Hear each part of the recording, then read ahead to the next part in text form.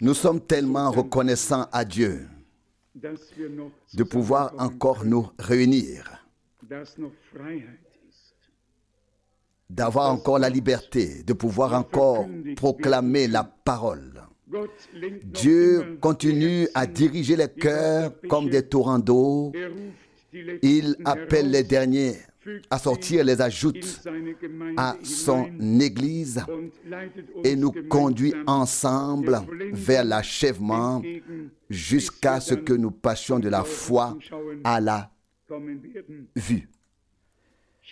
J'ai aujourd'hui le plaisir d'accueillir un ami très cher, notre bien-aimé frère Braden Camp.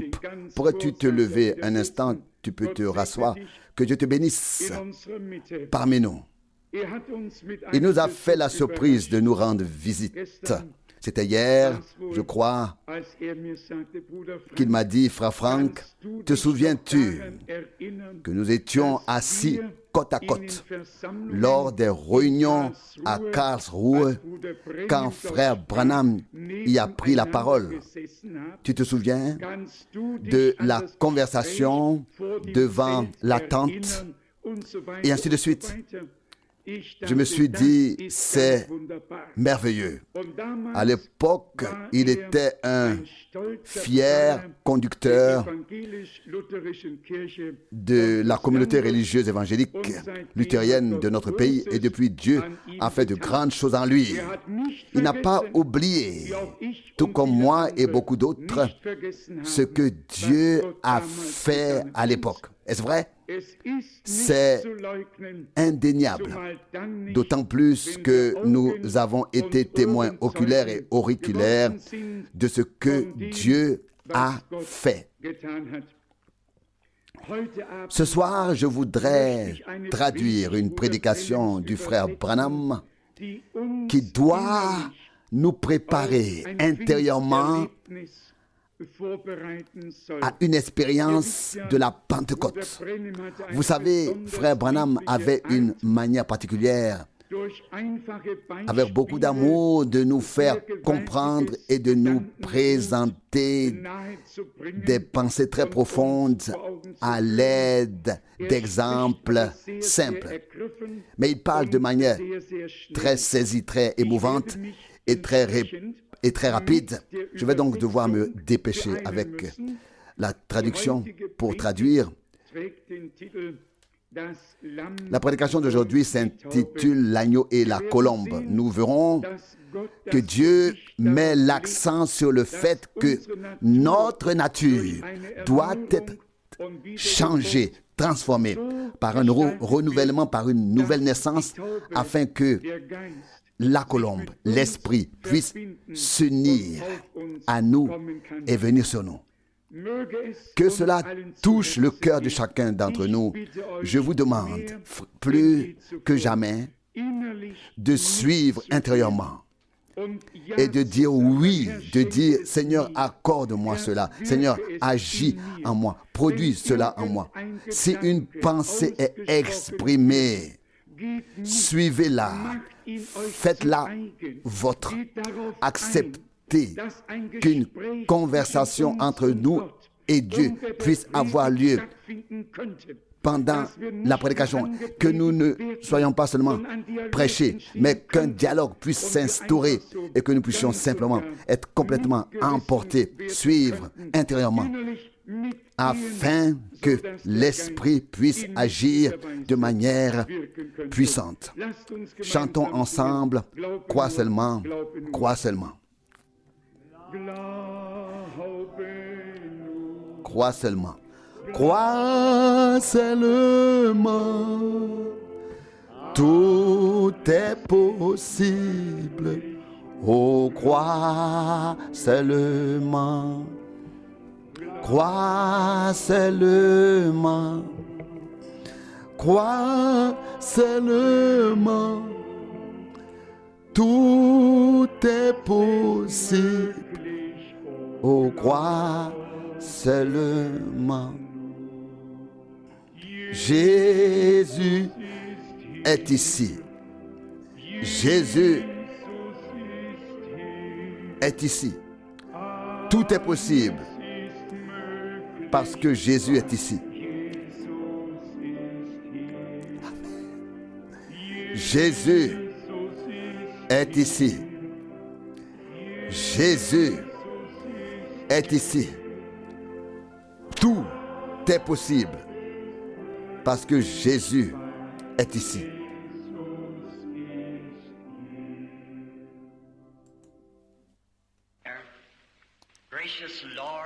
Prions.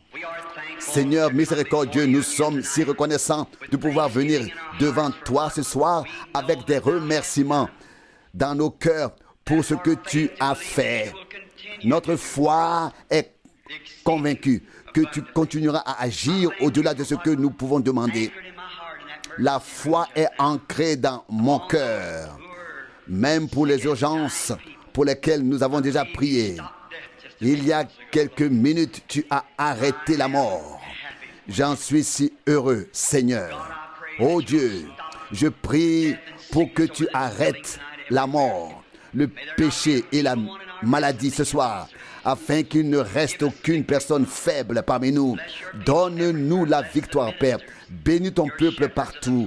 Bénis tes bergers, les prédicateurs partout. Encourage-les dans leur cœur à proclamer le plein évangile et la pleine manifestation de l'Esprit dans chaque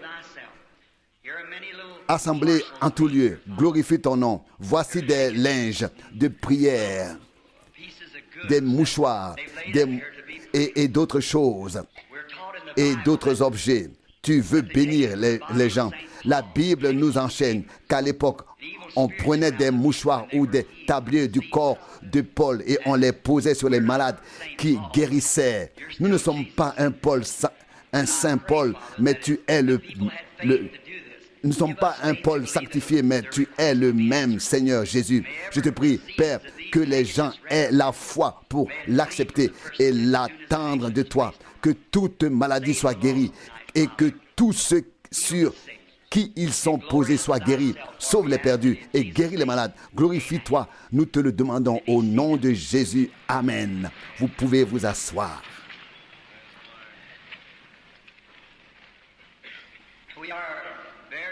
Nous sommes en effet très heureux d'être à nouveau ici aujourd'hui, non seulement avec les prédicateurs, mais aussi avec vous qui appartenez au royaume de Dieu.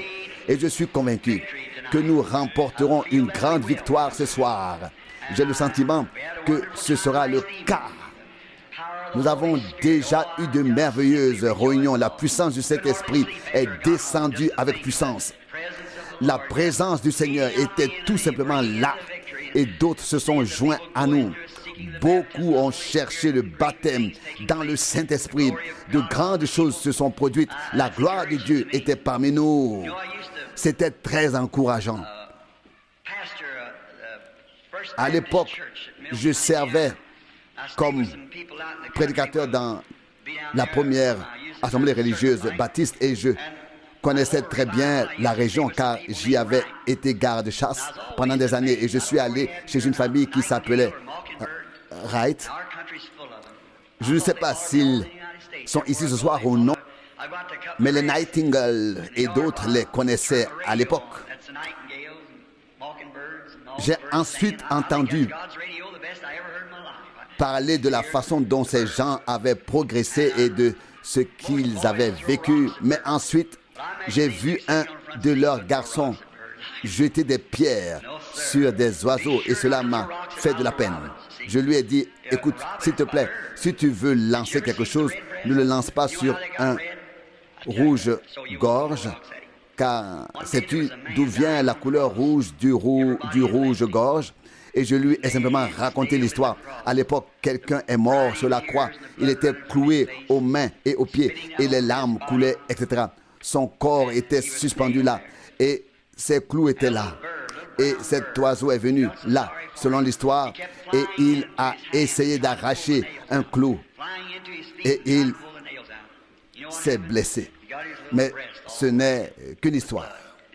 On dit que c'est pour cela qu'il a la poitrine rouge. Non.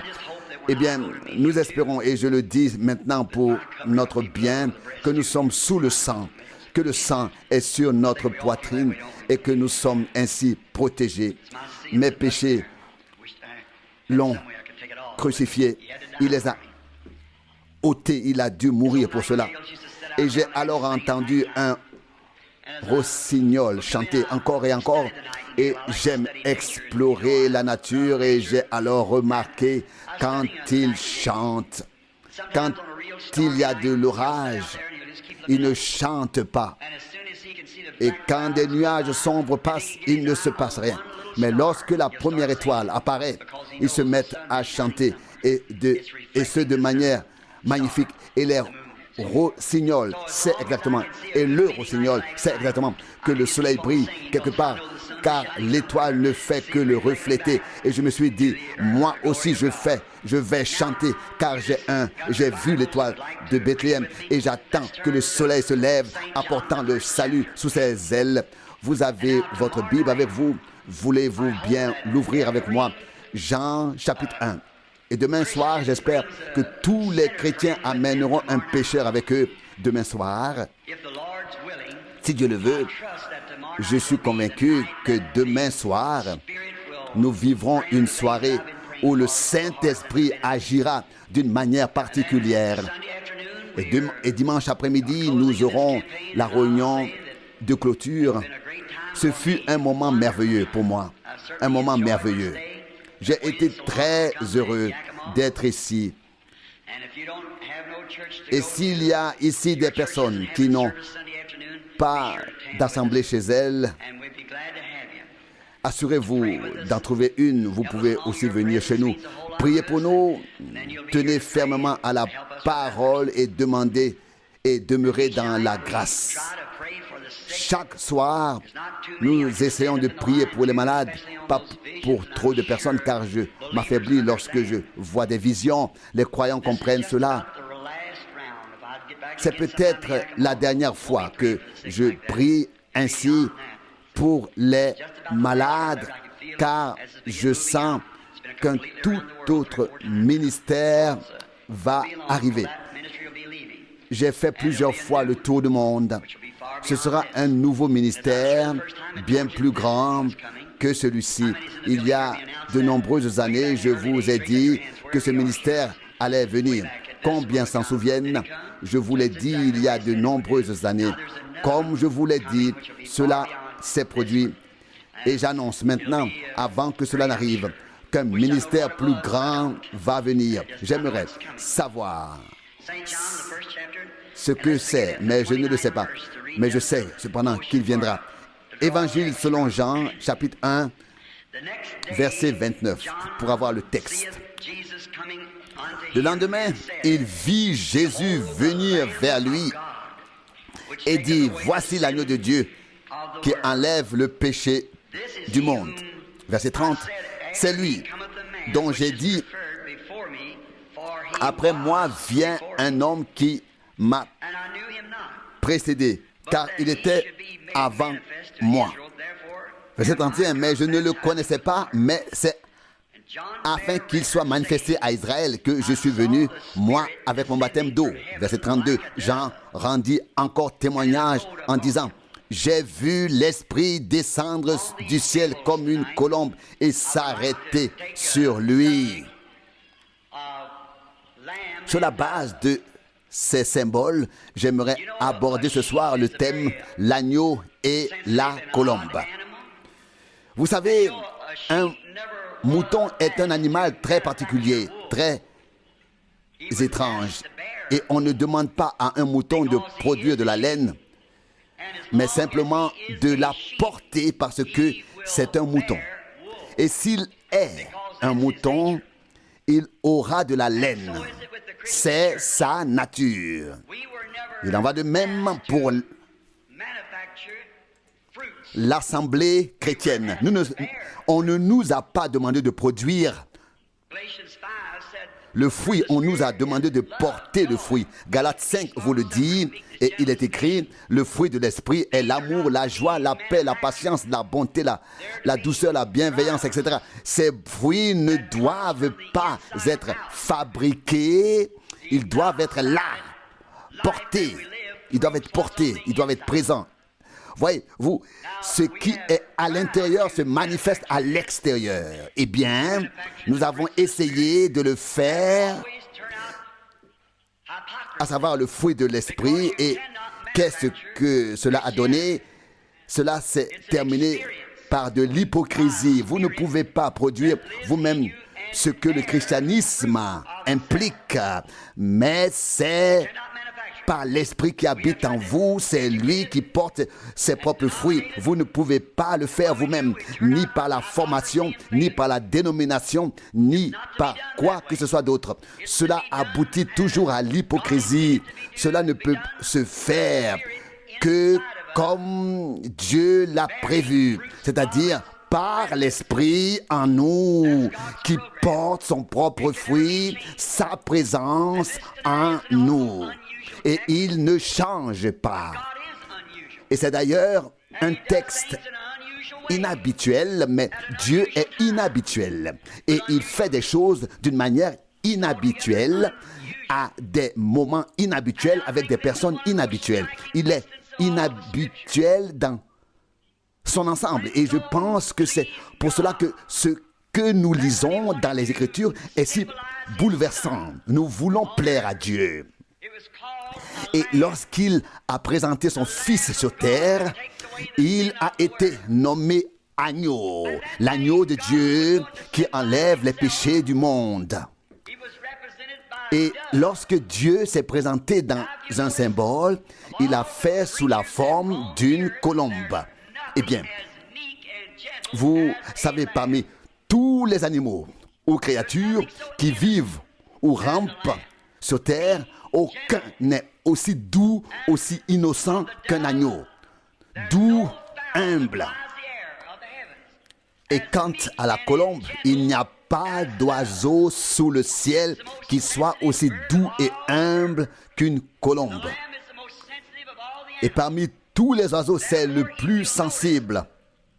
Le plus sensible, tout comme l'agneau parmi les animaux.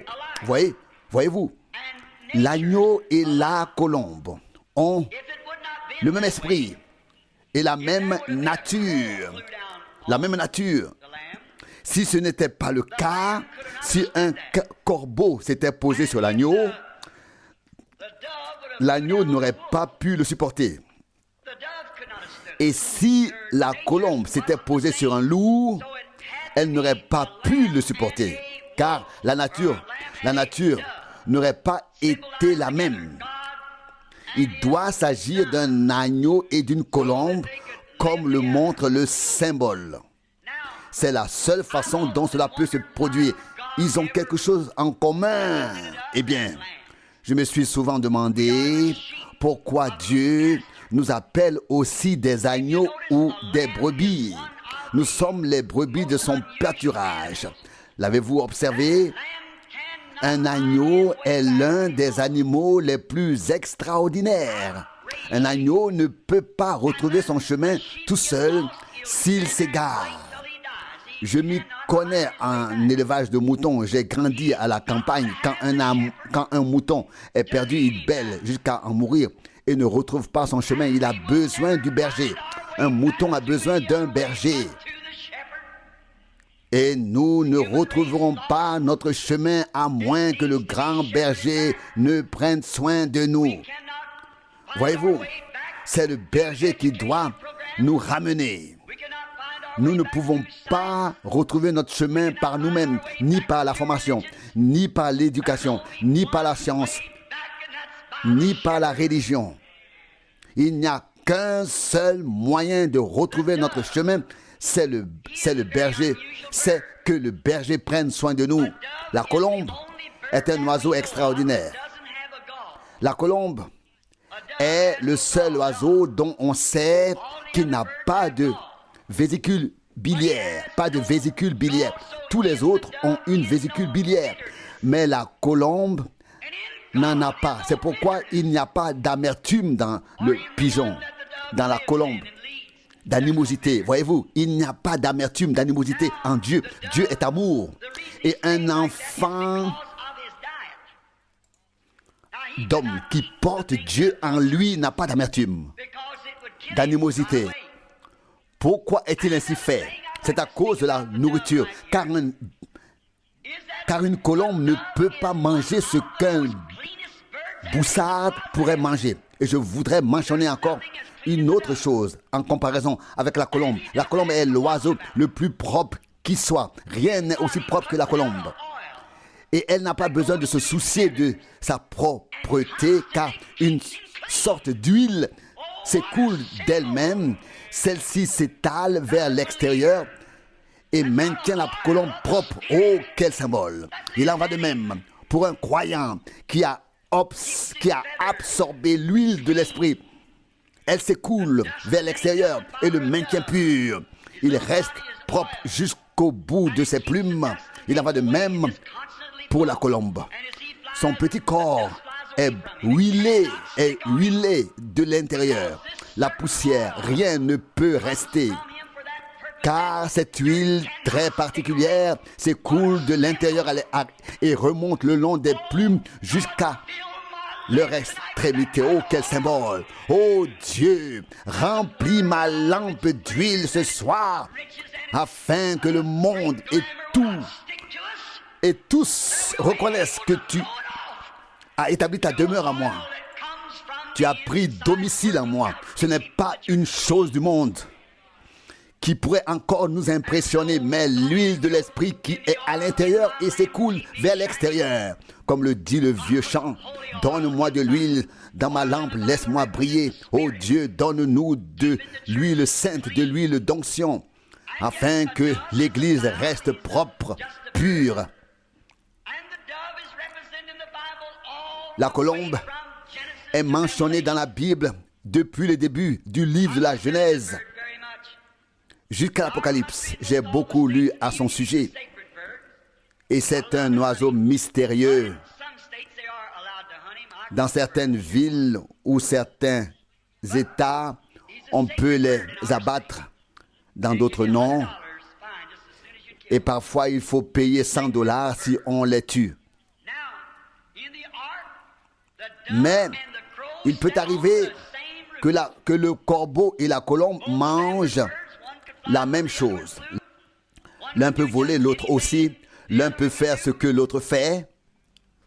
Mais lorsqu'ils sont lâchés pour faire leur propre choix, alors c'est la colombe qui est lâchée la première. Et vous savez comment c'était à l'époque de Noé. Il est écrit qu'elle ne trouvait pas de repos ni d'endroit où poser ses pieds et elle est revenue.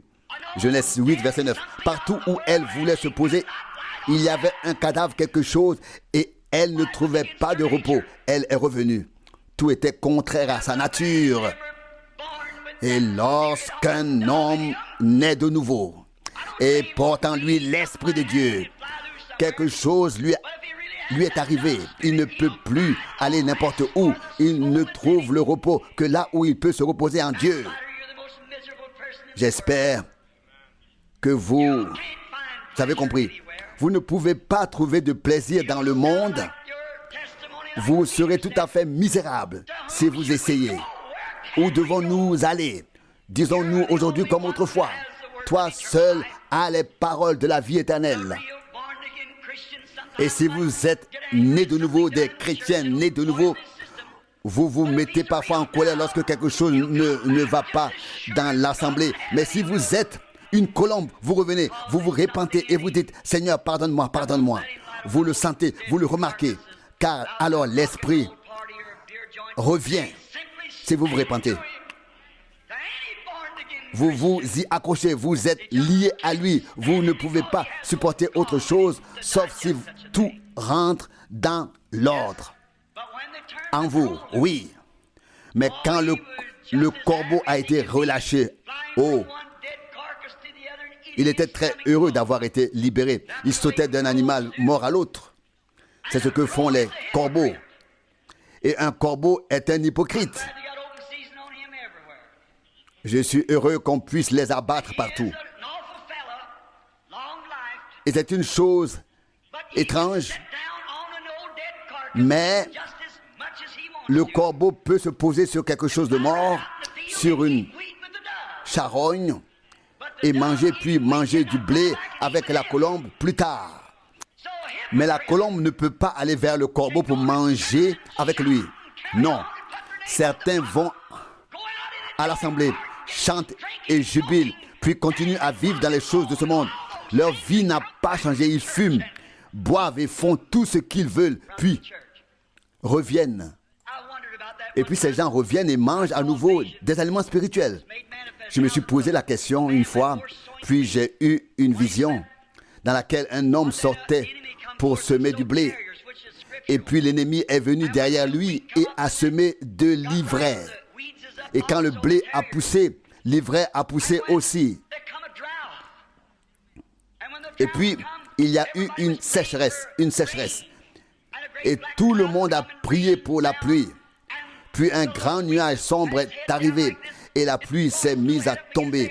Et tout le monde a baissé la tête, le blé comme les mauvaises herbes. Mais quand la pluie est tombée, tout le monde a dit « Gloire à Dieu, tu nous as envoyé la pluie ». Les mauvaises herbes se sont redressées, tout comme le blé s'est redressé après la pluie. Et je me suis dit « Oui, que dois-je penser maintenant? Qu'est-ce qui est juste ?» Et puis j'ai lu dans Matthieu 5,45 que la pluie tombe sur les justes et les injustes et le soleil brille sur les méchants et les bons, etc. La même pluie, mais vous les reconnaîtrez à leurs fruits. Matthieu 7, verset 16. Ce n'est pas une question d'appartenance à l'assemblée, d'appartenir à l'assemblée. Il s'agit du fruit de l'esprit qui se manifeste dans votre vie. Hommes et femmes, écoutez-moi. Ce n'est pas ce que vous produisez, mais la vie qui était en Christ, qui est maintenant en vous. Voyez, Jésus a dit, Marc 16 et 17, ces signes accompagneront ceux qui auront cru. Cela se manifeste non pas par la philosophie, la théologie, mais par l'Esprit, par le Saint-Esprit. Portant le fruit de l'Esprit vivant dans la puissance de la résurrection. Oui, la colombe est un oiseau aimable, charmant. Et quand j'ai prié pour Florence Nightingale à l'époque, et je pense que sa photo se trouve dans le livre « Un prophète visite l'Afrique du Sud » de Julian Stanscliffe. J'ai pris l'avion pour Londres, en Angleterre, afin de prier pour elle. Et on m'a dit, une femme est en train de mourir. Et je ne pouvais pas traverser la foule. Et j'ai pensé qu'il fallait l'amener ailleurs pour pouvoir prier pour elle. Car je devais aussi prier pour le roi, pour le dernier roi George. Et puis, on m'a invité à entrer dans une pièce, dans une communauté religieuse, dans le bâtiment juste à côté de la communauté religieuse pour prier pour cette dame. Vous avez vu la photo? Elle n'était que peau et os, toute petite. Ses os étaient dépourvus de toute chair, des os recouverts de peau. Je ne comprenais pas comment cette femme pouvait encore être en vie. Et puis, nous étions là. Quelques infirmières l'entouraient. J'ai demandé, êtes-vous Mrs. Nightingale? Et elle a hoché la tête. Les os de son visage ressortaient. Il n'y avait plus aucune chair. Et elle s'est mise à pleurer. Et je me suis demandé, d'où trouve-t-elle encore l'humidité pour pouvoir pleurer? Et le cancer s'était propagé partout à partir de l'estomac. Et l'infirmière, l'une des infirmières, s'est penchée pour entendre ce qu'elle disait. Et puis elle m'a dit, elle demande que vous priez pour qu'elle puisse mourir. Elle ne voulait plus vivre. Et j'ai regardé cette forme presque morte. Je lui ai pris la main. Elle était froide. Quelle sensation j'ai ressenti à ce moment-là. Je ne pouvais pas prier pour qu'elle meure. Je n'étais pas venu pour ça. Et j'ai pensé, en tant que prédicateur de l'évangile, j'ai dit, agenouillons-nous et voyons ce que Dieu veut faire. Et nous nous sommes agenouillés. Et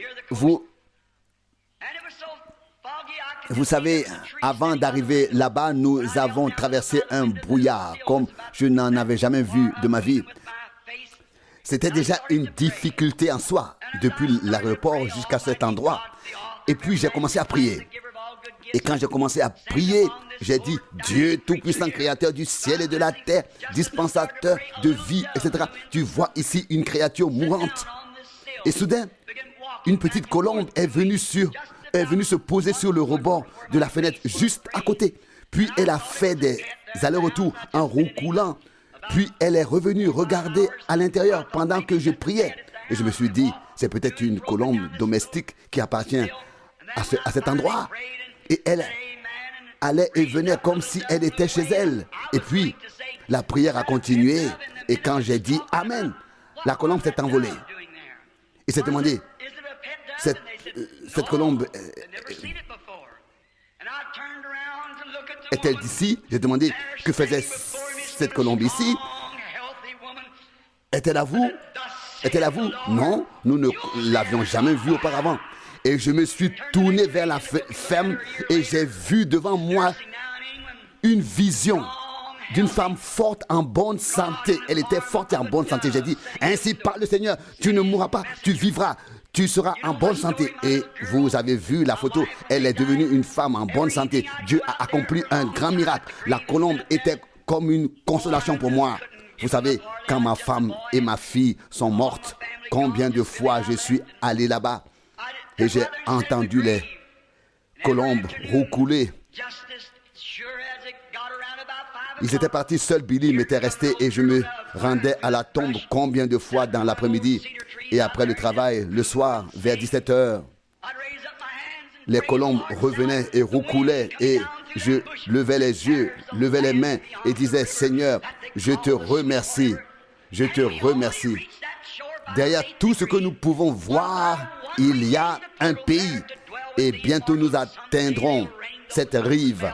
Nous partons les uns après les autres, mais un jour nous serons tous ensemble pour toujours. Je me suis dit, oui, qu'est-ce que cela signifie? Chaque fois que je viens ici, les colombes viennent aussi et cela m'apporte une consolation, une certaine consolation. Voyez-vous, Dieu s'est représenté lui-même dans la colombe. Comme je viens de le dire, la colombe a une huile qui la maintient propre.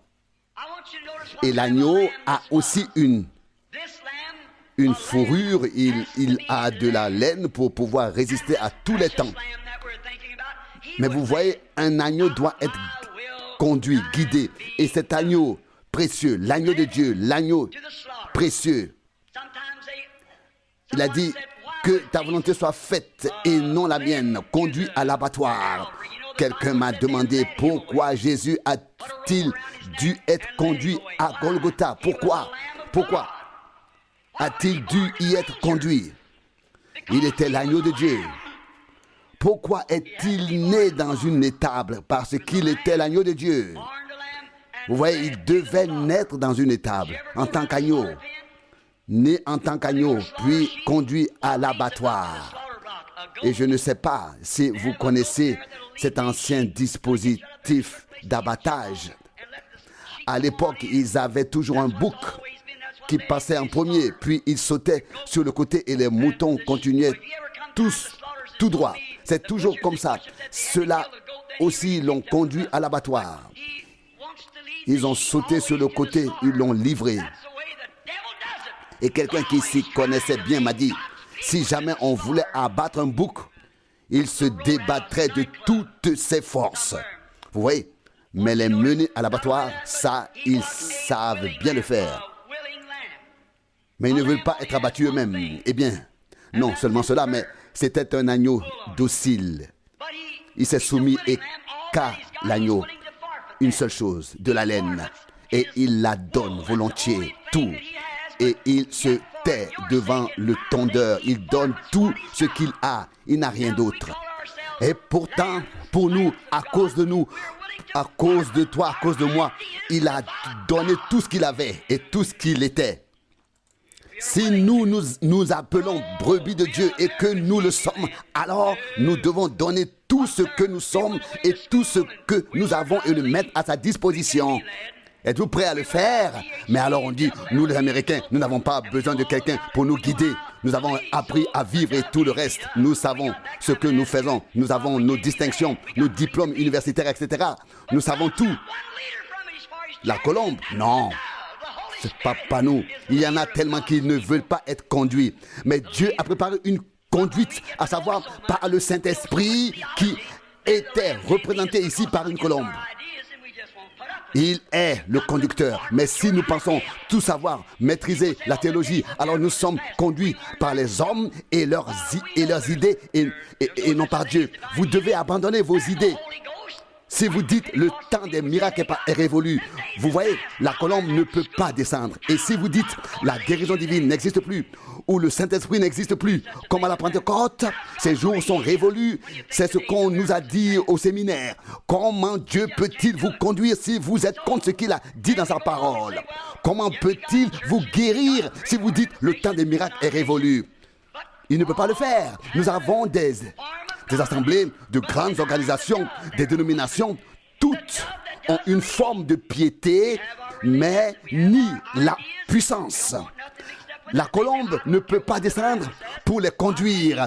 Ils ont leurs idées et ne veulent rien accepter d'autre. Ils disent que peu importe ce que dit la Bible, ils ne l'acceptent pas. Il n'y a pas longtemps, quelqu'un s'est présenté devant moi et m'a dit, peu importe le nombre de guérisons dont tu es témoin, je n'y crois toujours pas.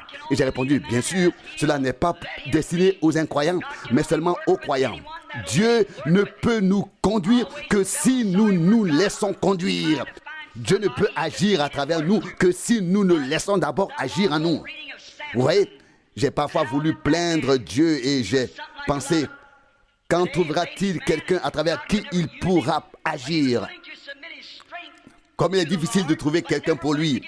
Aujourd'hui, l'homme peut être un homme particulièrement apprécié des femmes. Tout le monde veut plaire à tout le monde, mais pas au Seigneur. Et pas comme Samson. Il a en fait donné sa force au Seigneur, mais il a donné son cœur à une femme. Dieu a besoin de personnes qui lui donnent tout et à personne d'autre, qui sont entièrement au service du Seigneur, qui se soumettent à la conduite divine. Mais nous ne sommes pas prêts à le faire. Vous savez, le plus difficile pour les hommes est de se soumettre à la conduite de l'Esprit.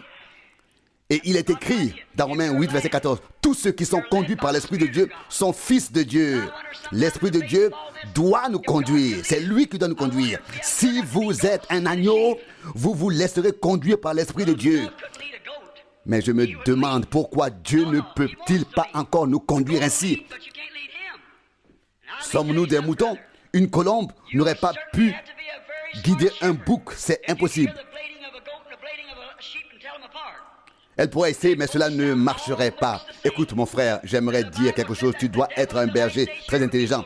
Si tu veux faire croire aux gens qu'ils ne doivent pas distinguer le bêlement d'un bouc de celui d'un agneau, ils vont... Et comme il est écrit, le vrai sera si proche du faux que même les élus seront peut-être séduits si c'était possible. Faites attention aux choses qui apparaissent maintenant, à la façon dont on arrange les choses ici et là.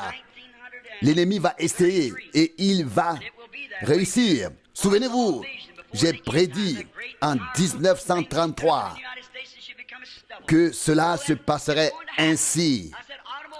J'ai eu une vision de la fin des temps et j'ai vu qu'une grande femme se lèverait ici et cela arrivera. Et puis j'ai dit, les voitures prendront de plus en plus une forme aérodynamique et deviendront arrondies et on développera même une voiture qui roulera toute seule, contrôlée par l'électronique, etc., des ordinateurs, etc., par radar sans avoir besoin d'être conduite. Et je l'ai écrit dans le livre en 1933. Et nous y arrivons maintenant. Car c'est le Saint-Esprit qui conduit l'Église et l'avertit des dangers qui la menacent. C'était il y a longtemps et je ne sais pas si je vous l'ai dit ici. Non seulement les autres dénominations, mais aussi le mouvement pentecôtiste. Que leur est-il arrivé à tous? N'est-ce pas terrible que les femmes se coupent les cheveux? Ouais, je ne suis avec eux que depuis quelques années. Ils pensent que c'est normal et que c'est en ordre. Ils se coupent les cheveux. Et la Bible dit que les cheveux leur sont donnés pour leur honneur. Et quand elle se coupe les cheveux, elle déshonore sa tête, c'est-à-dire son mari. Et quand elle se coupe les cheveux, l'homme a le droit de la renvoyer. Lisez ce que Paul a écrit dans 1 Corinthiens 11. Je sais que ça fait mal. Mais quand nous étions petits, maman nous donnait un bain tous les samedis. Nous tous dans la même eau, en ajoutant juste un peu d'eau chaude. Et tous les samedis, pendant la saison froide, nous devions prendre de l'huile de foie, de morue, pour prévenir les rhumes. Et je disais, maman, je ne supporte plus l'odeur de ce truc. Et elle répondait, écoute, si ça ne te rend pas malade, ça ne te rend pas en bonne santé non plus. Il en va de même pour la proclamation de l'évangile. La vérité doit être prêchée. Les femmes n'écoutent plus du tout. Elles s'habillent comme elles veulent, en short. Et habillées comme ça, elles tondent la pelouse devant la maison. Et aujourd'hui, on parle de l'échec des jeunes. Il faudrait d'abord parler de l'échec des parents. Il faudrait certaines de ces vieilles mères qui savent encore à quoi servait la main et qui savent aussi comment élever les enfants dans la discipline et la crainte du Seigneur. Et aujourd'hui, on les qualifie d'ignorantes, de démodées, etc. Aujourd'hui, les femmes fument. Et vous dites, oui, attendez, prédicateur, c'est mon modèle américain, c'est mon droit américain. Je sais, en tant qu'Américain, oui. Récemment, une dame m'a dit, j'appartiens à telle ou telle assemblée, je ne me laisse rien dire. Et j'ai répondu, si tu étais un agneau, tu te laisserais convaincre. Et une dame m'a dit, je ne porte pas de shorts, je porte des pantalons, c'est-à-dire des pantalons longs et moulants pour hommes. Mais la Bible dit, dans Deutéronome 22, verset 5, une femme qui revêt des vêtements masculins est une abomination devant Dieu. Elle a dit, écoute, n'est-ce pas humain et ordonné par les hommes de faire du ski, de l'équitation, etc. Et puis, il a été question en particulier de l'équitation, à savoir l'utilisation du cheval pour conduire le bétail du ranch. Et j'ai dit, mais écoute, ce n'est pas du tout un travail de femme. Les hommes peuvent le faire, doivent le faire. Et je me souviens que c'était mal vu pour nos femmes pentecôtistes de se maquiller. Mais aujourd'hui, tout le monde se maquille. Comme on appelle ça déjà, manucure. Oh non, maquillage, oui, c'est ça, maquillage, oui. Avant, c'était mal vu de se maquiller. Mais aujourd'hui, elles le font. Un vieux prédicateur méthodiste avait une chanson préférée. Il disait, nous avons, Seigneur, abaissé la clôture et les moutons en sont sortis. Mais comment les boucs sont-ils entrés, à savoir les boucs? Beaucoup ne l'ont même pas remarqué. Mais parfois, les prédicateurs pensent davantage à leur subsistance qu'à la prédication de la parole de Dieu. Vous avez entendu comment un grand évangéliste m'a dit, tu nuiras à ton ministère par tout ce que tu prêches. J'ai répondu, si je nuis à mon ministère parce que je prêche à la parole, alors qu'il en soit ainsi. Je n'ai rien demandé à personne. Le jour du jugement, je devrais répondre. Écoutez, mes sœurs, il n'y avait qu'une seule femme dans la Bible qui se maquillait. Et elle ne se faisait pas belle pour rencontrer Dieu, mais pour paraître belle aux yeux des hommes. Et savez-vous ce que Dieu lui a fait? Il a livré aux chiens. 1 Roi 21, 23. Savez-vous ce que sont réellement les femmes qui se maquillent? Elles ne sont ni meilleures ni différentes de Jézabel. Vous dites oui, mais je ne suis pas Jézabel. Que dis-tu là? Dieu veut que vous viviez comme il convient et comme il l'a dit dans sa parole. Quand j'étais encore garde-chasse et que je traversais la forêt, je rendais également visite à des gens. Puis je suis allé manger dans un local et j'y ai vu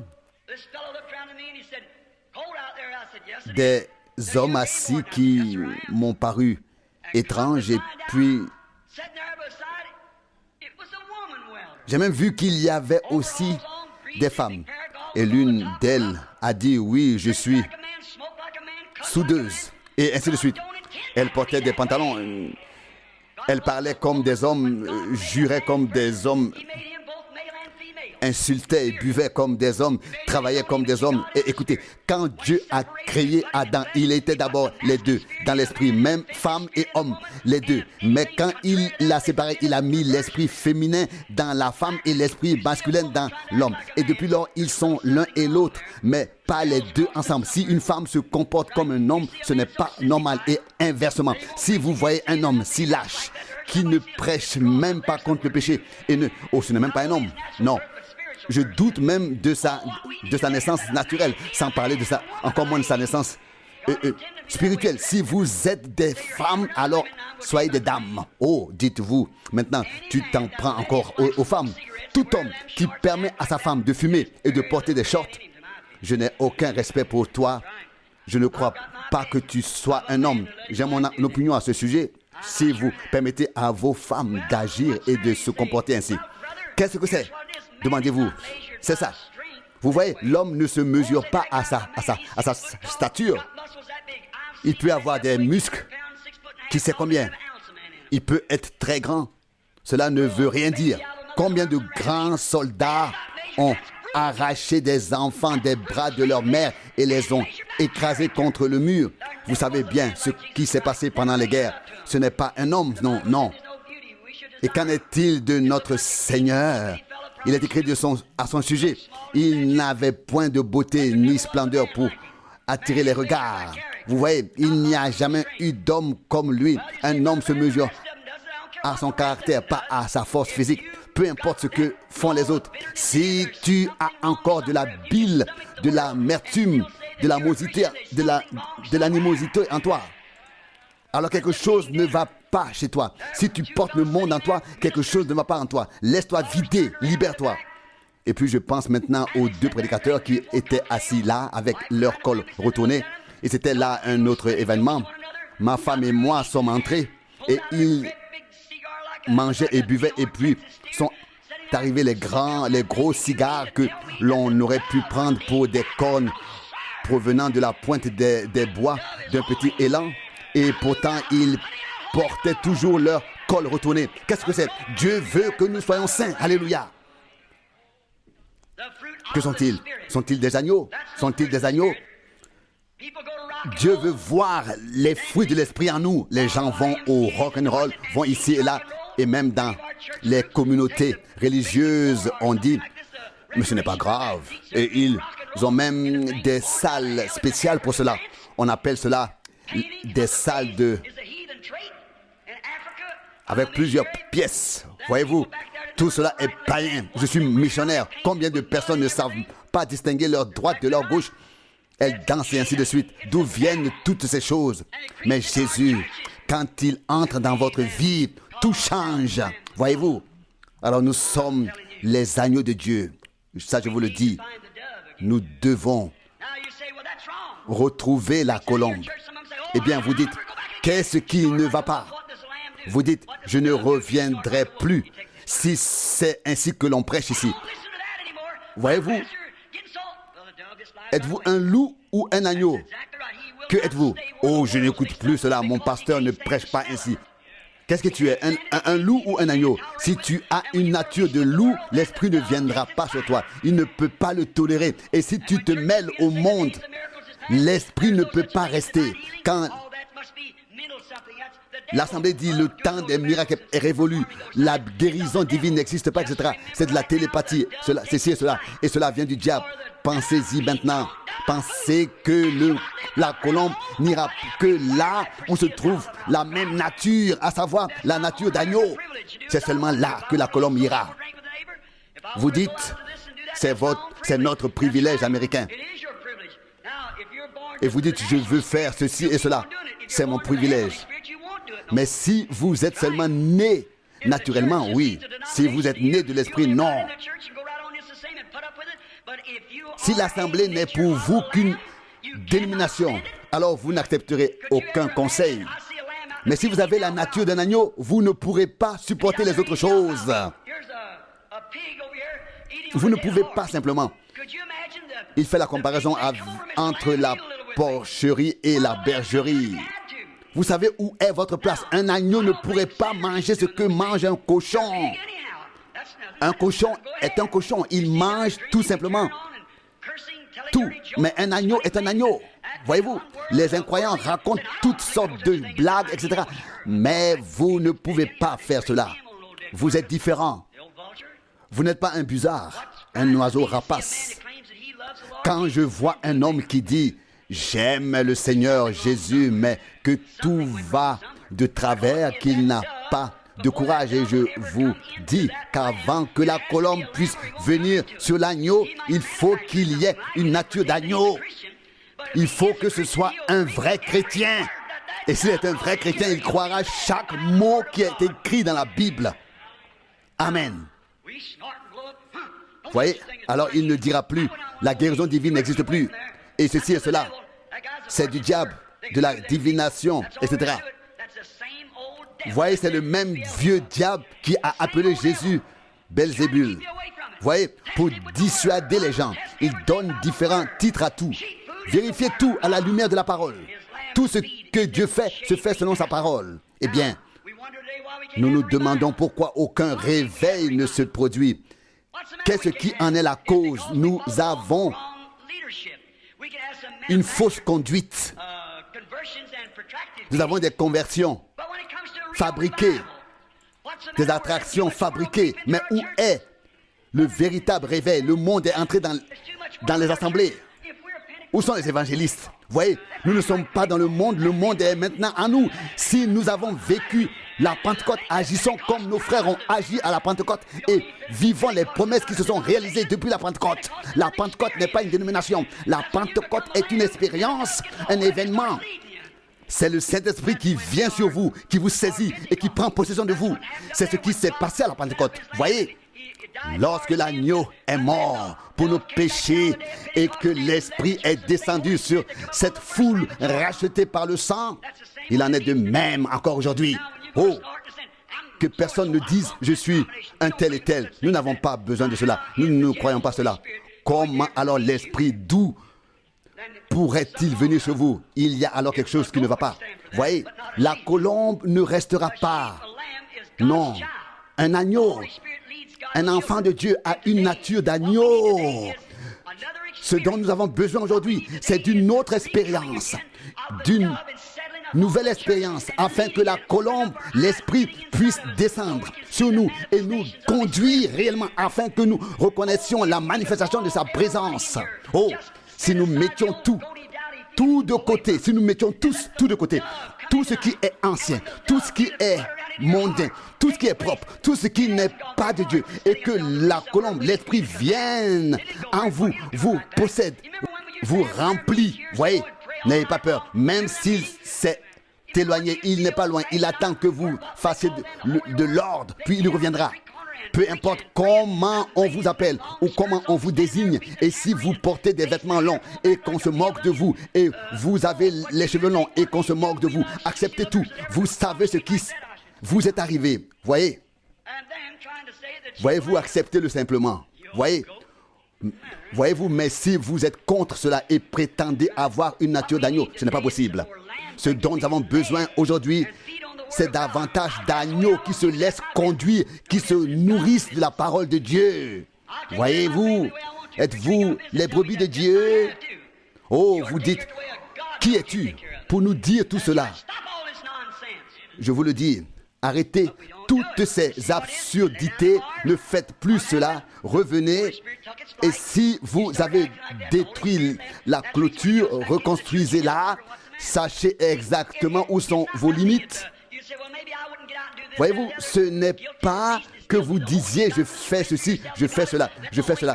Car la Bible dit, celui qui est coupable d'une seule chose est coupable de tout. Et nous sommes tous coupables. Voyez-vous, qu'est-ce que c'est que le péché? Le péché, c'est l'incrédulité. Et le péché a déjà été jugé. Vous voyez, nous sommes pécheurs parce que nous ne croyons pas. Voyez-vous, Jésus appelle les pécheurs justement à lui. Et à ces hommes qui se croyaient purs et saints à l'époque, il leur a dit, votre père est le diable, race de serpents, race de vipères. Voyez-vous, il a dit, si vous connaissiez Abraham, vous me connaîtriez aussi. Mais vous ne connaissez ni moi ni mon père, car les œuvres que j'accomplis, ce n'est pas moi qui les accomplis, mais c'est mon père qui demeure à moi. Voyez, la colombe. Quand l'Esprit descendra aujourd'hui, il fera les mêmes choses, il opérera les mêmes choses, les mêmes miracles, les mêmes signes. Celui qui croit en moi fera les œuvres que j'ai faites. Il en fera de plus grandes, car je vais vers mon Père. Jean 14, verset 12. Encore un peu de temps et le monde ne me verra plus, mais vous me verrez. Oh, quelle confirmation! L'agneau et la colombe se réunissent à nouveau, unis. Dieu et l'homme unis. Et la justice et la paix se sont embrassés. Les soucis, les difficultés, tout sera résolu. L'agneau est venu pour nous unir. Nous sommes unis à lui comme les brebis de son pâturage. Nous avons sa nature, sa nature. Aujourd'hui, beaucoup sont conduits par le docteur un tel et tel, par des prédicateurs, par des organisations. Et on dit, ne croyez pas aux guérisons divines. Ne croyez pas cela. Ça, ce sont des assemblées pentecôtistes. Ils ne comprennent pas. La parole de Dieu est la nourriture des agneaux, des brebis. Et tout comme le premier agneau, à savoir l'agneau de Dieu, a été conduit, guidé, il a toujours confirmé la parole en tant qu'agneau de Dieu. On dit, ces jours sont révolus. Non, ce n'est alors pas un agneau. Il a toujours confirmé sa parole. Ce n'est pas moi qui fais ses œuvres, disait-il, mais le Père qui est en moi. Et si vous ne pouvez pas me croire, croyez à cause des œuvres. C'était Dieu en Christ. C'est Dieu dans l'Église, Dieu dans son peuple. Dieu se manifeste, se révèle par le Saint-Esprit qui habite maintenant dans l'Église. Croyez-vous cela? De tout votre cœur? Alors inclinons la tête. La colombe et l'agneau. Pendant que vous écoutez, je pense à un passage extraordinaire des Écritures lorsque Jésus a dit, Père, je te rends grâce pour eux. Réfléchissez à cela. Père, je te remercie pour eux. Qu'a-t-il fait? Il a donné l'exemple en tant qu'agneau. Il avait droit à un foyer. Il était un homme, il aurait pu être marié. Il avait droit à de beaux vêtements. C'était un homme. Mais il était sanctifié. Il a tout abandonné. Il aurait pu venir avec puissance et gloire, accompagné d'anges. Mais il est venu et est né dans ce monde, dans une étable. Là-bas, dans cette étable où il y avait du fumier, il était sanctifié. Il était saint, il était l'agneau. Voyez-vous, mes amis, nous pensons que la religion suffit. Non, nous avons besoin de l'authenticité. Humiliez-vous vous-même et dites, Seigneur, sanctifie-moi, purifie-moi. Jésus a dit aux 12, prenez l'évangile, portez-le dans le monde entier. Ils ont tout quitté, ils l'ont suivi. Nous devrions tout abandonner, nos plaisirs, nos vêtements, comme le monde. Tout ce qui appartient au monde, nous devrions y renoncer pour le recevoir lui. Sanctifie-toi, il s'est sanctifié pour nous. Sanctifiez-vous aussi en lui. Père céleste, oh ce message, l'agneau et la colombe. L'agneau innocent mais qui doit être conduit, guidé. N'essayez pas de mettre en pratique vos propres pensées. Il faut un berger. Oh Dieu, enlève toute grandeur de nous, toute arrogance, tout orgueil et toute cette connaissance de nous-mêmes qui vient de nous. Enlève tous les doutes, toutes les divergences qui se sont glissées en nous. Que la colombe descende ce soir, qu'elle s'installe dans chaque cœur, qu'elle qu'elle prenne demeure, afin que nous renoncions à nos droits, à tout ce à quoi nous avons droit en tant qu'Américains, que nous y renoncions pour l'amour de ta bonté, Seigneur. Tu es si miséricordieux et fidèle. Père, je m'abandonne à toi maintenant, avant le service de guérison. Que la colombe descende, qu'elle vienne dans mon cœur, dans ma bouche, dans mes yeux, dans mes oreilles, dans ma voix, et qu'ils sachent tous que c'est toi. Entre en eux, condamne le péché, la maladie et toutes les conséquences du péché, que tout s'enfuit et que l'Assemblée quitte cet endroit aujourd'hui purifié, enseigné et rempli du Saint-Esprit, afin qu'elle puisse aller de l'avant et qu'un grand réveil puisse éclater. Seigneur, que les âmes se rassemblent autour de l'autel et que tout leur soit ôté. Seigneur, que les salles de l'école du dimanche soient remplies de priants, de gens qui prient, car nous attendons la venue de Jésus-Christ. Nous croyons que ce sera bientôt. Fais que nous renoncions à tout, que nous abandonnions tout, que nous soyons conduits par ton esprit réellement. Seigneur, accepte ce petit message saccadé, Seigneur. Je prie pour que les gens soient touchés par cela. Seigneur, qu'ils soient saisis, qu'ils guérissent, qu'ils deviennent fermes, qu'ils avancent, qu'ils soient porteurs, non pas des acteurs, mais des porteurs du fruit de l'esprit, qu'ils portent tous les fruits, paix, joie, douceur, miséricorde, patience, tous les fruits de l'esprit, que la prophétie, le parler en langue, l'interprétation, la sagesse, la connaissance, que tous les dons reviennent dans l'Église. Ô Seigneur, que tu puisses descendre comme une colombe. Seigneur, nous te le demandons. Viens parmi nous. Révèle-toi, manifeste-toi, Seigneur. Nous avons prêché cet ancien évangile. Descends maintenant sur nous à l'ancienne manière. Conduis-nous comme une colombe. Nous qui sommes tes agneaux, tes brebis. Seigneur, tu es allé à la croix en tant qu'agneau de Dieu. Tu as dit que ta volonté soit faite et pas la mienne. Seigneur, tu as tout abandonné. Tout. Alors nous pouvons abandonner aussi notre péché. Alors nous pouvons abandonner le monde. Tout abandonner. Ô agneau de Dieu, bien-aimé, accorde-le nous ce soir et ancre-le dans nos cœurs. Je te le demande avant que nous appelions tes enfants malades. Oh, conduis-nous. Conduis-nous par ton esprit comme tes agneaux. Amen. Oh, j'aime la douceur du Saint-Esprit. Comme des vagues, elle vient sur nous. Pensez-vous que cela m'amuse de condamner ainsi le péché? En tant que prédicateur, je dois le faire. C'est ma fonction, ma vocation. Je ne peux pas faire autrement. Je ne veux blesser personne, mais je dois le dire.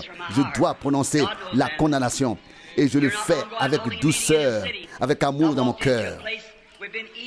Récemment, nous sommes allés manger quelque part et j'ai amené ma femme avec moi. Tu te souviens où c'était? C'était dans une région où j'ai pris la parole dans un grand hall d'un camp militaire, dans une grande salle, puis nous sommes allés manger dans un restaurant. Quelque part dans les environs. Je n'avais pas mangé depuis 2 jours. J'avais faim et je suis entré dans le premier restaurant venu pour manger. Et quand je suis entré, c'était une honte. Il y avait des machines à sous et la façon dont les gens étaient habillés, toutes les femmes étaient vêtues de manière immorale et les hommes aussi. Et puis, j'ai vu des gens qui, comme Elvis Presley, professaient leur foi chrétienne, puis chantaient Oubou, Boubou, et se déhanchaient avec des jeunes filles dans les bras, etc. Il y avait aussi des dames âgées. L'une d'elles aurait même pu être ma grand-mère. Et certains boitaient, etc. Et tous étaient habillés de manière immorale, maquillés, etc. L'une d'entre elles était même maquillée en bleu et violet. Et je me suis dit, oh, et j'ai réfléchi à tout cela. Je me suis dit, oh, je plains cette femme, je plains cet homme, etc. Et je me suis dit, où tout cela va-t-il finir? Où tout cela mène-t-il? Je me suis dit, Dieu juste, toi qui es saint de part en part, combien de temps vas-tu encore rester à regarder? Quand mettras-tu fin à tout cela? Cela ne peut plus continuer ainsi. Et je me suis dit, mon Dieu, si tu effaçais tout de la surface de la terre, tu serais saint et juste, car il le mérite. Et alors que je prononçais ainsi mon jugement sur les hommes, j'ai soudain eu une vision. Et j'ai vu quelque chose de flou, comme un brouillard. Et j'ai vu des hommes qui avaient fait quelque chose de mal. Soudain, je me suis vu. J'ai fait cela de mal, et cela, et cela, et ceci, et cela. Maintenant, je voyais tout ce que j'avais fait de mal. Et j'ai vu Jésus, les larmes coulant sur son visage. Et c'était bien une vision que je raconte ici. Et il a été dit dans la vision, le jour où vous pécherez, vous mourrez. Et soudain, j'ai dit au Seigneur, maintenant j'ai honte. Pardonne-moi, Seigneur, pardonne-moi. Ce sont aussi mes péchés. Moi aussi, je suis un pécheur. Seigneur, oh, pardonne-moi. À partir de maintenant, je ne jugerai plus personne. Je ne condamnerai plus personne. Et je me suis levé. J'ai laissé mes compagnons de table assis. Je me suis dirigé vers une table selon les instructions que le Seigneur m'avait alors données. Et je l'entendais me dire, je t'ai pardonné librement, ainsi qu'aux autres. Va, dis-leur ça. Et j'ai dit, Seigneur, pardonne-moi. Et quand la vision a pris fin, je me suis dirigé vers la table d'en face et j'ai demandé, comment allez-vous? Et j'ai demandé, puis-je m'asseoir? Et la dame a répondu, non, j'ai déjà quelqu'un. Et bien sûr, elle pensait toute autre chose. À toute autre chose. Et puis j'ai regardé l'homme. J'ai dit, je ne pourrais pas m'asseoir. Est-ce que je ne pourrais pas m'asseoir quand même? Et elle m'a regardé d'un air très interrogateur. Et puis j'ai dit, excusez-moi de m'asseoir avec vous. Et soudain, la femme a demandé, êtes-vous le prédicateur Branham qui tient les réunions ici? Et qui, oui, et j'ai répondu, oui, c'est moi. Et les larmes ont commencé à couler. Elle a dit, écoutez, prédicateur, mon mari était prédicateur et il est mort soudainement. Nous avions 2 filles, elles sont enseignantes à l'école du dimanche et elle m'a raconté l'histoire de sa vie en pleurant amèrement et elle a dit, je voudrais prendre un nouveau départ mais je n'y arrive pas. Je commence toujours mais je n'y arrive pas. Et alors j'ai simplement dit, madame, donnez-moi votre main, je voudrais prier pour vous. Et alors nous nous sommes même agenouillés dans ce restaurant. Et soudain, d'autres personnes se sont rassemblées autour de nous. Et nous avons eu un moment de prière comme on n'en avait jamais vu dans un tel endroit. Vous voyez, il faut simplement reconnaître que le Seigneur nous a pardonné, qu'il m'a pardonné. Ne condamner personne, apporter le pardon. Vous voyez, et alors Dieu pourra vous utiliser, abandonner toute incrédulité et les choses du monde et revenir à une vie vraiment chrétienne. Prions encore une fois. Père Céleste, envoie encore une fois l'Esprit, la colombe, que nous trouvions grâce devant toi, Seigneur. Nous sommes ici comme autrefois avec Élie. Tout est passé. La tempête, l'orage, Dieu n'était pas là. Puis vint le doux murmure. Que ce doux murmure touche les gens aujourd'hui. Puisse-t-il être sanctifié, mener une vie sainte, être fidèle à l'assemblée, fidèle à la parole, fidèle à toi, ô Dieu, fidèle, vivre, habiter, Agir, marcher selon la parole de Dieu, comme Jésus nous a enseigné à marcher. Puisse-t-il se produire dans toutes les assemblées, que l'on puisse à nouveau distinguer les saints des pécheurs. Oh Dieu, je te demande tout cela. Tu es ici, nous le savons. Je l'ai déclaré en ton nom, je l'ai proclamé en ton nom, au nom de Jésus. Amen. Combien d'entre vous souhaitent accéder à cette paix, mener une vie avec Dieu et recevoir l'Esprit? Je voudrais savoir qui vous êtes. Oh Dieu, bénis-les tous, partout. Des mains sont levées. Père céleste, tu le vois, oh Dieu, beaucoup ont levé la main. Certains d'entre eux ne seront plus là quand je reviendrai dans un an.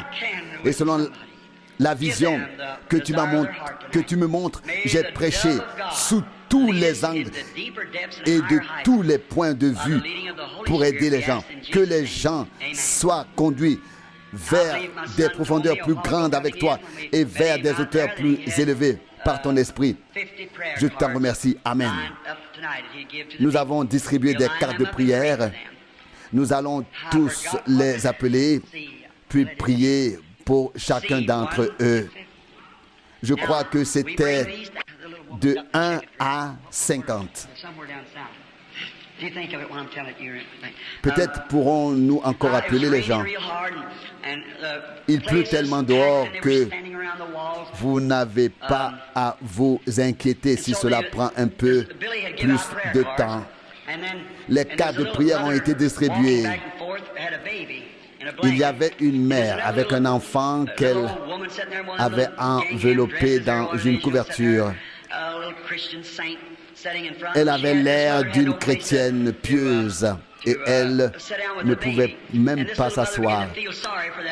Et la femme qui avait une place assise avait pitié de la femme qui tenait l'enfant dans ses bras et elle avait à cœur d'aller vers cette femme et de lui dire: prenez ma place avec votre enfant. Mais elle avait à cœur de prier pour l'enfant. Mais ensuite, elle s'est dit: frère Branham va prier pour l'enfant. Pourquoi devrais-je prier pour l'enfant? Et le Saint-Esprit l'a de plus en plus impressionnée et exhortée, prie pour l'enfant. Et en tant que femme, elle a naturellement hésité et soudain elle se lève et dit: sœur, ne veux-tu pas prendre ma place et t'asseoir avec l'enfant? Et puis elle a ajouté: prends ma place s'il te plaît, mais je sais que tu es chrétienne. Elle a répondu: oui, moi aussi je suis chrétienne. Mais il semble que Dieu me dise encore de prier pour l'enfant, même si je sais que c'est frère Branham qui est chargé de prier pour l'enfant. Et j'espère que cela ne te dérange pas. Et elle a dit: assieds-toi s'il te plaît.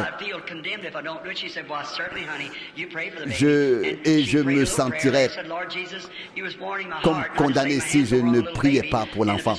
J'ai dans mon cœur l'avertissement que je dois prier. Et si c'est une erreur, que cela soit révélé aux serviteurs de Dieu. Mais c'était vraiment l'Esprit de Dieu qui animait cette femme. La femme avec l'enfant s'est assise, bien qu'elle eût une carte de prière.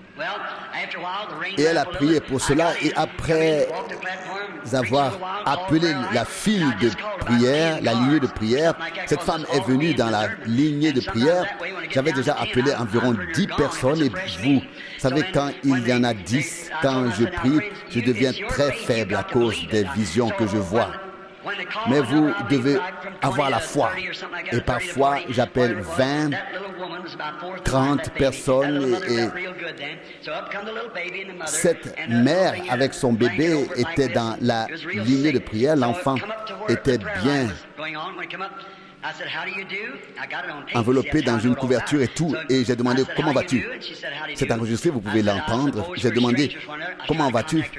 Et j'ai dit: je suppose que nous sommes des étrangers. Je lui ai parlé et je lui ai dit: tu n'es pas ici pour toi, mais pour ton enfant. Cet enfant a une leucémie. Les médecins ont abandonné et pensent qu'il ne lui reste que quelques mois. Et j'ai dit, attends, un peu. L'enfant est déjà guéri. Une femme de petite taille, elle porte telle et telle robe. Elle a prié pour ton enfant dans la galerie tout à l'heure. Il est déjà guéri. Vous voyez, l'obéissance vaut mieux que le sacrifice. Vous voyez, le même esprit est ici aujourd'hui. Vous voyez, il est ici. Il est ici sous la forme d'une colombe. Vous êtes ces agneaux. Et vous êtes unis à lui, avec lui, conduits par son esprit. Si je continue, nous n'arriverons jamais à la série de prières. Vous voyez, je sais que vous essayez très fort. Laissez-vous saisir par cet esprit. N'essayez même pas. Abandonnez-vous simplement au Seigneur. Laissez Dieu agir. Et ce sera merveilleux. Ce sera magnifique. Abandonnez-vous simplement à Dieu. N'essayez pas. Laissez-le agir. Mais croyez en lui de tout votre cœur, de toute votre force, de tout votre être. Aimez-le. Croyez-le. Je crois que cela se produit déjà. Continuez à prier, croyez. Avant que quelqu'un ne vienne dans la lignée de prière, j'ai d'abord regardé l'assemblée. Je voulais voir si le Seigneur allait s'adresser à quelqu'un dans l'assemblée. Combien ont vu la photo de l'ange du Seigneur? C'est dans les livres. J'ai attendu cela. Et cela est venu de cette direction, puis est venu ici vers cette direction, et vient toujours par la droite.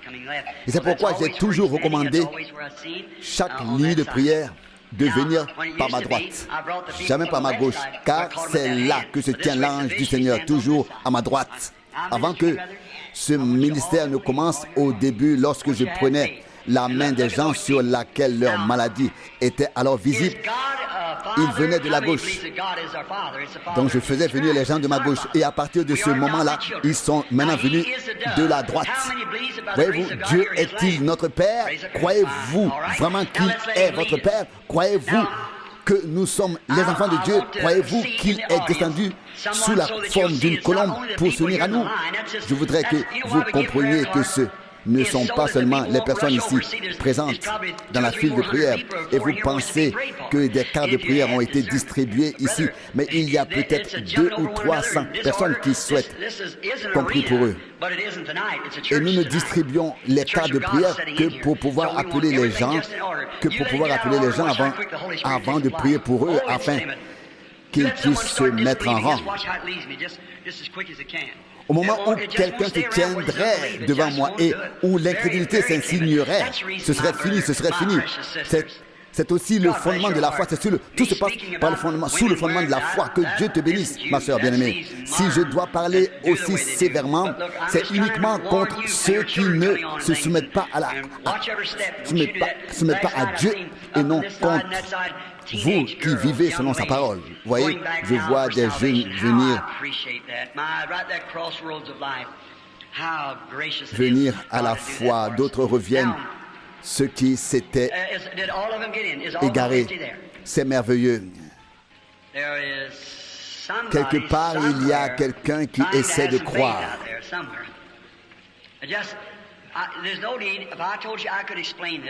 Voyez-vous, je n'ai pas besoin de commencer à l'expliquer. Vous ne pouvez pas expliquer Dieu. Tous les efforts sont vains. Dans le jardin d'Éden, il y avait 2 arbres, l'arbre de vie et l'arbre de la connaissance. Et lorsque l'homme a quitté l'arbre de vie pour se diriger vers l'arbre de la connaissance, il s'est détruit lui-même et a tout détruit. Vous ne pouvez pas comprendre Dieu par la connaissance, mais par la révélation, par la foi. Voyez-vous, la première bouchée, séparation d'avec Dieu, être séparé de lui. Les hommes ont inventé beaucoup de choses, mais ils se sont éloignés, séparés, égarés loin de Dieu. Dieu ne détruira rien. Les hommes se détruiront. eux-mêmes par leur savoir. Dieu ne détruit pas. Dieu est éternel.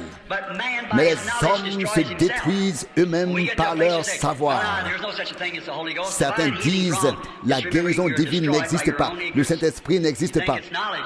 C'est votre propre ignorance. C'est votre savoir qui vous détruit et vous prive de la foi et des bénédictions.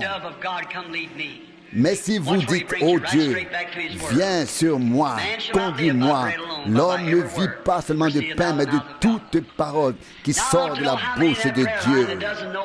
Combien parmi vous, dans cette rangée de prières, ne me connaissent pas et que je ne connais pas? Levez les mains, tous. Combien parmi vous, ici dans l'Assemblée, ne me connaissent pas, y compris dans la galerie? Dieu est mon juge. Le seul que je connaisse est le frère ici présent. Ce président, à savoir frère Hobson, et puis quelques frères que j'ai salués sur l'estrade, mais dont aucun ne fait partie de la chaîne de prière. Nous nous sommes rencontrés en tant que prédicateurs, mais aucun d'entre eux ne fait partie de la chaîne de prière. Ne fait partie. Voyez-vous, vous avez été envoyés avant moi pour accomplir ce ministère. Combien de grands hommes de Dieu ont été envoyés pour ouvrir la voie, défricher le buisson, préparer le chemin afin que ce ministère puisse être accompli.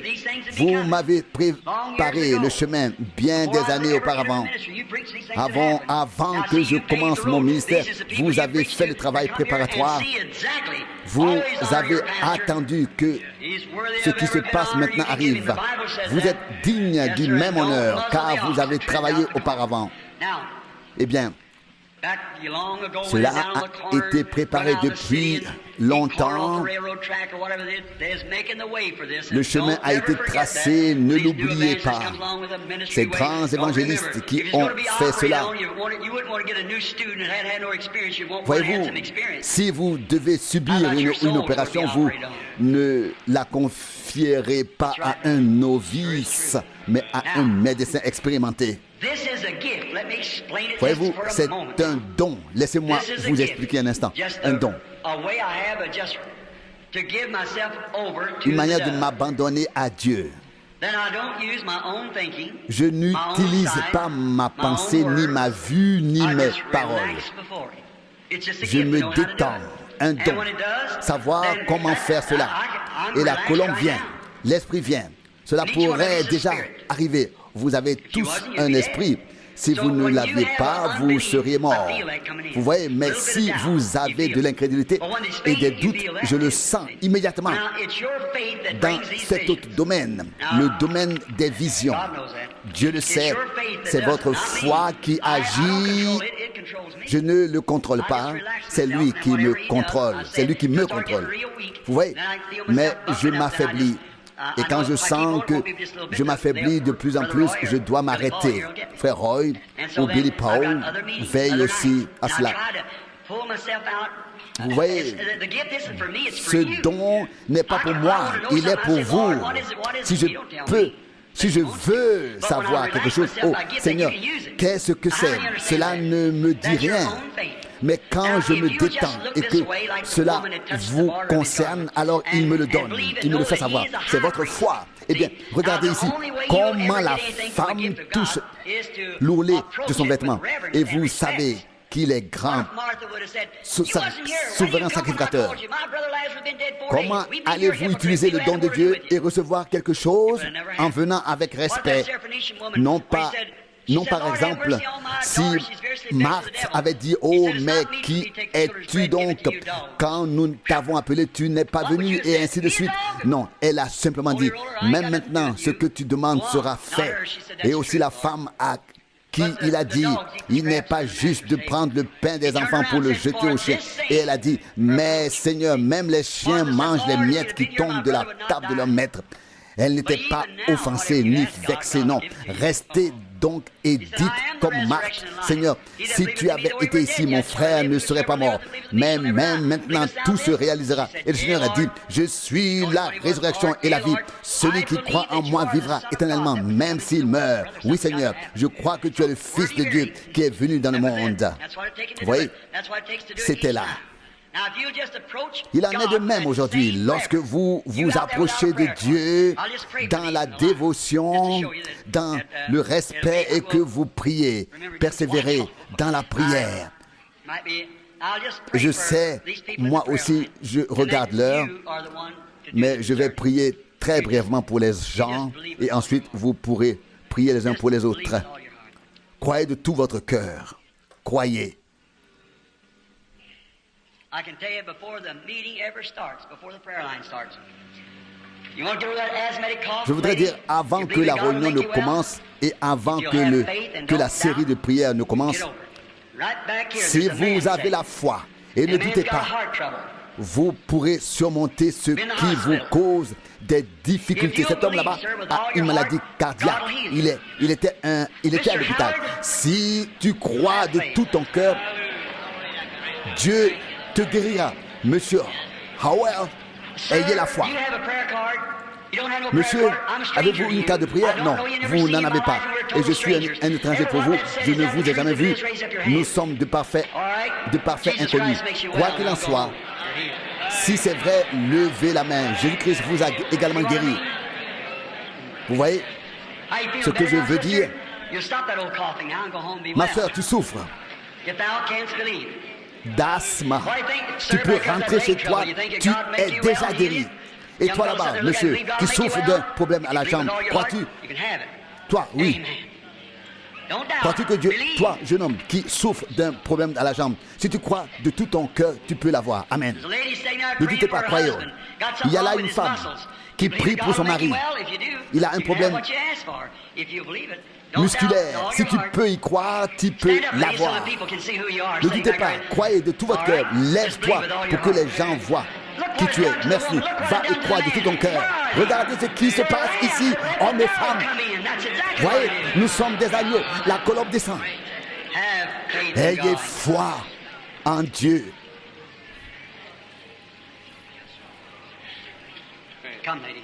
Viens, madame. Crois-tu que je suis son prophète, son serviteur? Certains trébuchent là-dessus, mais tu sais ce que je veux dire. Tu y crois. Nous sommes des étrangers, l'un pour l'autre. Oui, nous ne nous sommes jamais rencontrés auparavant. C'est la première fois que nous nous rencontrons ici. Je ne te connais pas, tu ne me connais pas. C'est la première fois. Je n'ai aucune idée de ce que tu as, qui tu es, pourquoi tu es ici. Pourquoi tu es ici. Peut-être es-tu malade, peut-être es-tu ici pour quelqu'un d'autre, peut-être as-tu des difficultés financières, peut-être des difficultés familiales, je ne sais pas. Toi, tu le sais. Si tu es totalement étranger, lève la main. Merci, vous voyez, c'est simplement de la détente, simplement se détendre. Pour la première fois, nous nous rencontrons ici comme le Seigneur à la femme au puits. Eh bien, il lui a parlé pour entrer en contact avec son esprit. Maintenant, cela arrive partout, partout. Les gens croient que c'est formidable. Je ne te connais pas, mais Dieu te connaît et me connaît.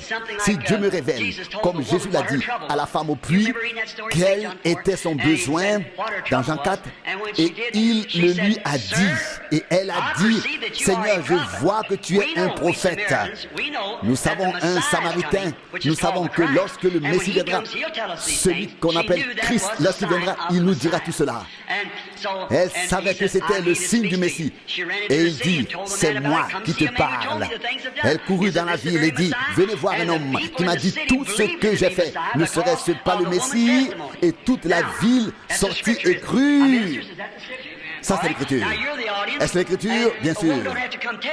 Vous, dans l'assemblée, alors que vous croyez que le Messie, le Fils de Dieu, est ici, sous la forme du Saint-Esprit et agit à travers nous, voici la Bible ouverte. Êtes-vous des agneaux et lui la colombe? Alors cela arrivera. Alors cela arrivera. Maintenant, voyez, je m'approche de lui dans la foi. Vous aussi, vous devez croire. Et vous approchez de la chose. Je voulais juste parler un instant pour que les visions cessent, car je les vois passer constamment devant moi. Partout. Dieu est omniprésent, est présent. Cette dame souffre d'arthrite. Je vois cette personne se lever de son lit. C'est très grave. Si c'est vrai, lève-la. Mais on ne dirait pas, mais c'est le cas. Qu'est-ce que c'est? J'ai eu une vision. Je l'ai vue dans la vision. Je l'ai vue essayer de se lever de son lit. Soyez recueillis, tout à fait recueillis. Cette femme est attristée par quelque chose. Je voulais passer à côté d'elle, mais il y a quelque chose au plus profond d'elle. Une obscurité et une tristesse l'entourent. Oh oui, un membre de votre famille, votre mari. Il est à l'hôpital. À l'hôpital des anciens combattants de la ville de Wolo Wolo. Et il a un cancer. Mais tu viens de l'Oregon. Tu t'appelles Miss Jefferson, c'est vrai. Crois-tu vraiment de tout ton cœur? Alors va et qu'il te soit fait selon ta foi. Croyez-vous de tout votre cœur? Ayez la foi. Ne doutez pas. Dites Seigneur, je crois de tout mon cœur, de tout mon être. Combien croient maintenant de tout leur cœur? Qu'est-ce que cela fait? La colombe, l'esprit. Soyez recueillis. Est-ce le patient? Crois-tu de tout ton cœur? Si je ne disais qu'une seule chose, croirais-tu que Dieu te guérit? Oh, viens, au nom de Jésus-Christ, que cette femme soit guérie de son... Soit guérie du cancer. Crois-tu de tout ton cœur? Amen. Crois-tu aussi de tout ton cœur? Si je ne disais rien, croirais-tu quand même que tu es guéri au nom de Jésus-Christ? Que cet homme soit guéri. Amen. Viens avec foi, s'il te plaît. Tu sais que je sais ce qui t'arrive. Crois-tu aussi? Si je ne le dis pas, laisse-moi te montrer quelque chose. Montre-moi ta main. Pose ta main ici. Tu souffres d'une maladie féminine. Je n'ai pas vu cela dans la vision. L'avez-vous vu ici, sur votre main? Regardez ma main, s'il vous plaît. L'avez-vous vu sur votre main? Vous voyez la maladie? Et est-ce toujours là? Le voyez-vous? Et maintenant, prenez le mouchoir avec lequel vous essuyez votre larme. Tu vois comment ma main devient rouge et ici puis redevient blanc? Retire ta main maintenant. Et où est-il maintenant? Où est la maladie? Elle n'est plus là. Tu vois? Regardez, quelque chose se passe maintenant. Quelque chose de très mystérieux. Le Seigneur m'a promis que cela pourrait même apparaître visiblement sur la main lorsque la maladie serait guérie. D'abord la maladie, puis la guérison. Crois-tu de tout ton cœur? Seigneur, aie pitié de cette femme. J'ordonne à l'ennemi au nom de Jésus-Christ. Je le chasse. Sors. Regarde maintenant ma main. S'il te plaît, quelque chose s'est-il passé? Maintenant, regarde et remets-la dedans. Remets maintenant cette même main dans ma main. Et quelque chose apparaît-il maintenant? Non.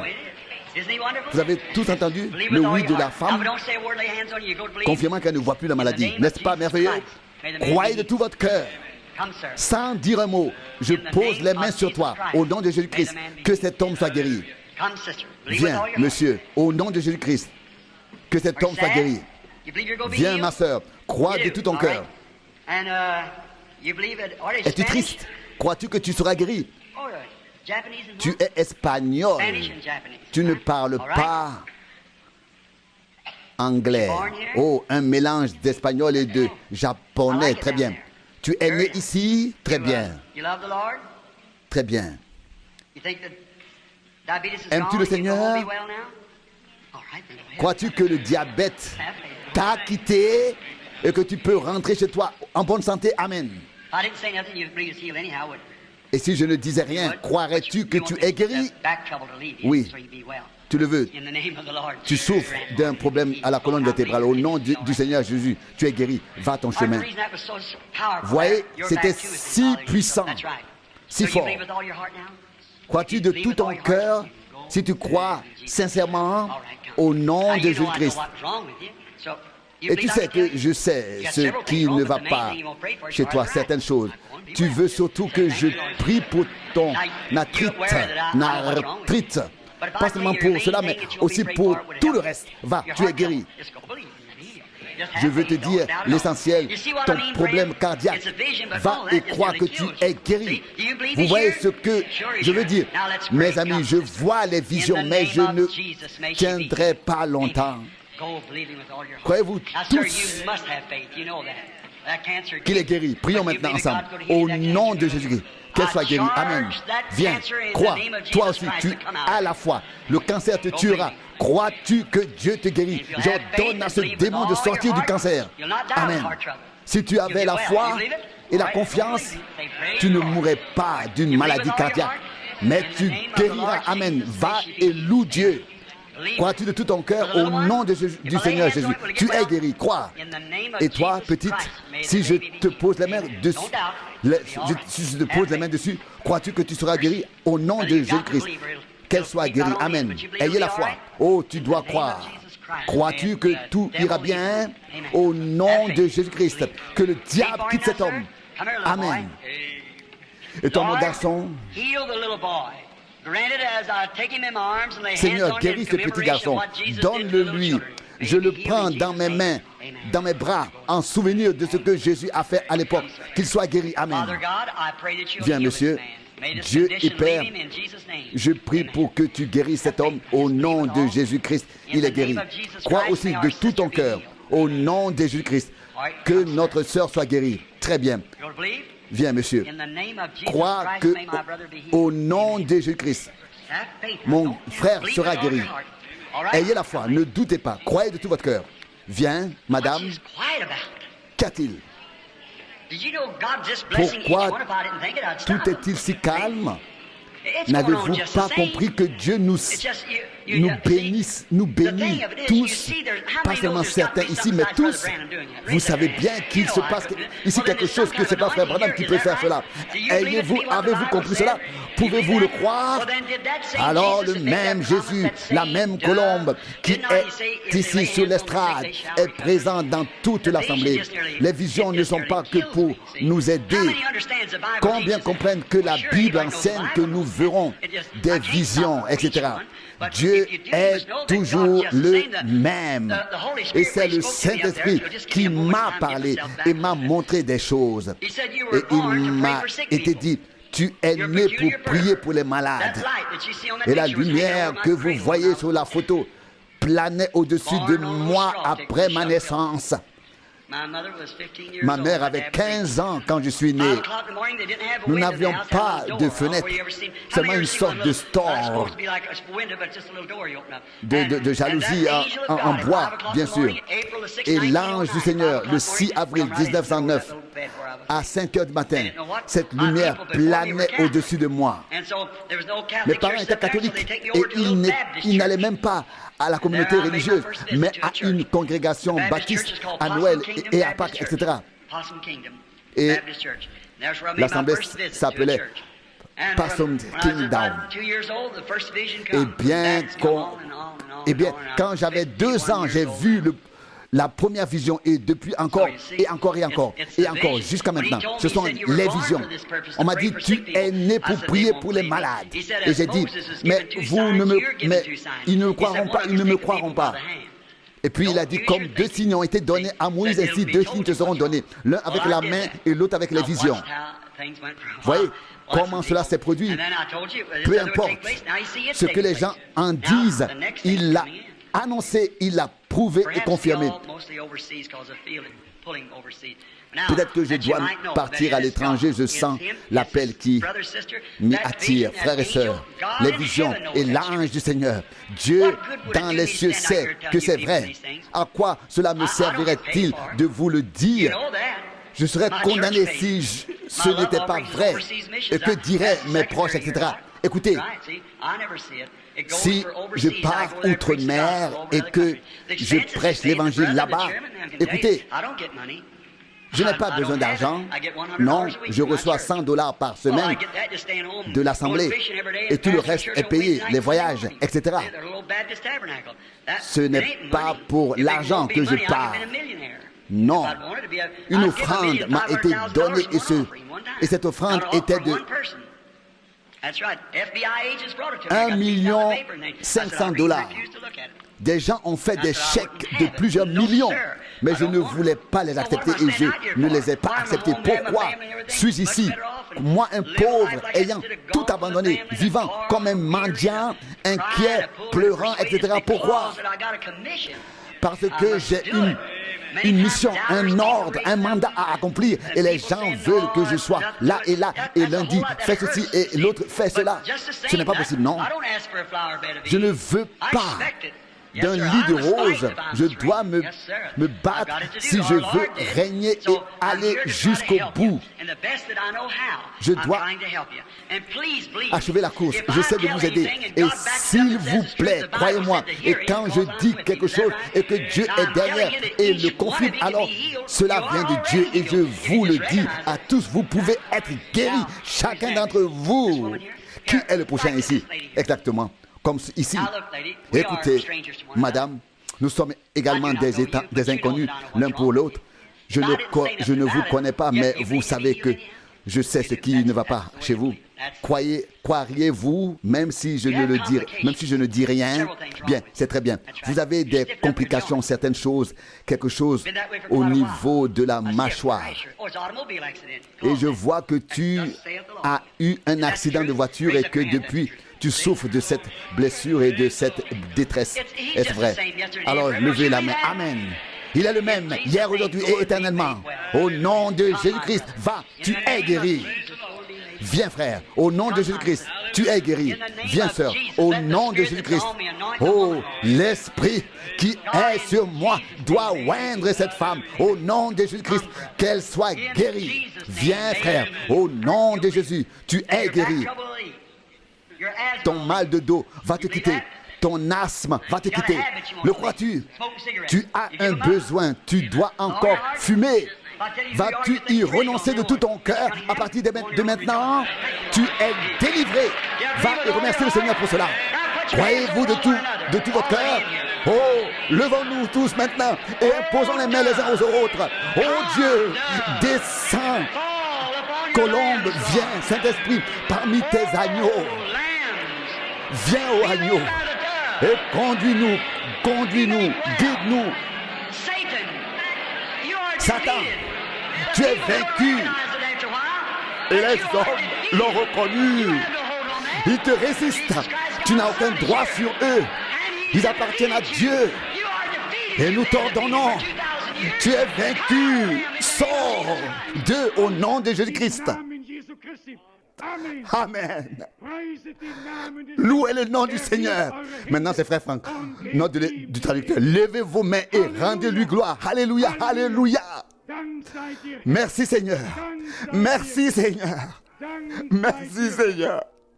Alléluia. Alléluia. Alléluia. Loué soit le Seigneur. Loué soit le Seigneur. Alléluia. Alléluia.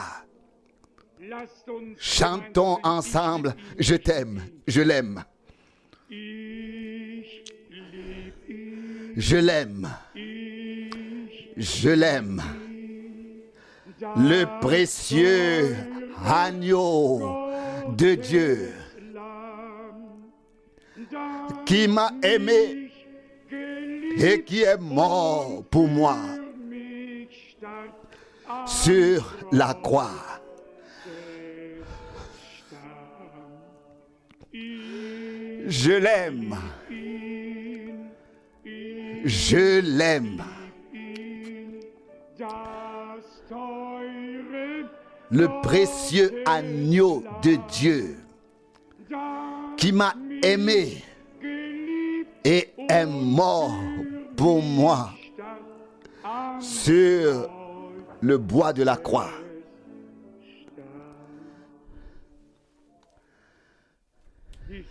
Combien d'entre vous sont venus ici avec une requête de prière toute particulière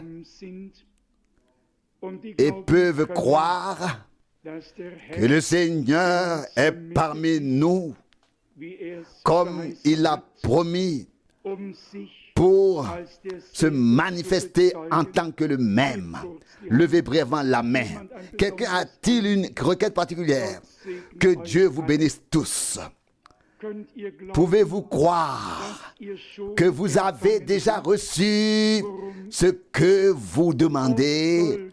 À Golgotha, Dieu a préparé tout ce que nous pourrions jamais demander et prier. Comment Dieu ne nous donnerait-il pas tout avec lui? Notre Bible enseigne le plein salut. Un salut dans le corps, dans l'esprit et l'âme. Le salut de l'âme, la délivrance de l'esprit et la guérison du corps. Un plein salut complet. Une rédemption totale, un évangile complet, total, plein. L'évangile de Jésus-Christ notre Seigneur. Croyez-le maintenant et acceptez-le. Et alors cela deviendra évident. Ce qui s'est passé là-bas devait seulement nous montrer ce qui peut arriver lorsque le Seigneur est présent et que les hommes croient en lui, lui font confiance et acceptent dans la foi ce qu'il a promis. Chantons, crois seulement, et croyons en même temps réellement. Crois seulement.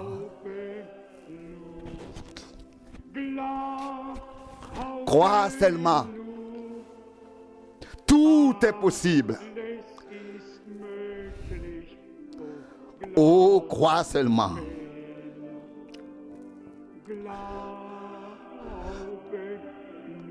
Crois seulement. Crois seulement. Tout est possible. Crois seulement.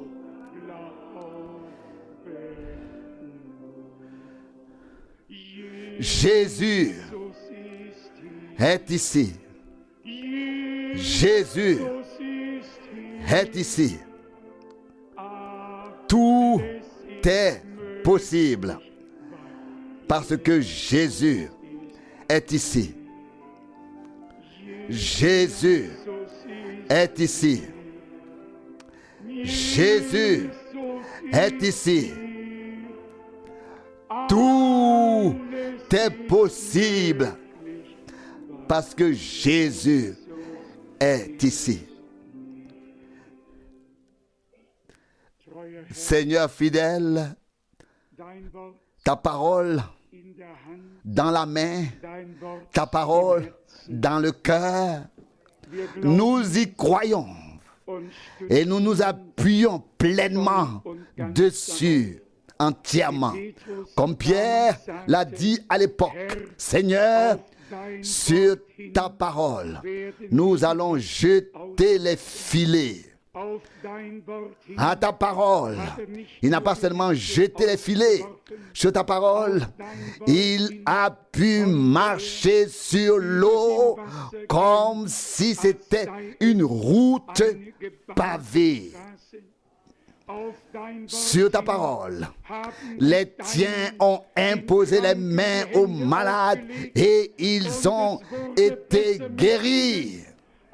Sur ta parole, tes serviteurs ont agi et ont vu ton bras se manifester et ont fait l'expérience de ta puissance. Sur ta parole, nous croyons que les malades ont déjà été guéris. Nous avons été guéris dans tes meurtrissures. Ainsi est-il écrit, et ainsi nous croyons. Seigneur, comme nous l'avons entendu, nous ne tentons rien, essayons rien, mais nous nous abandonnons entièrement à toi.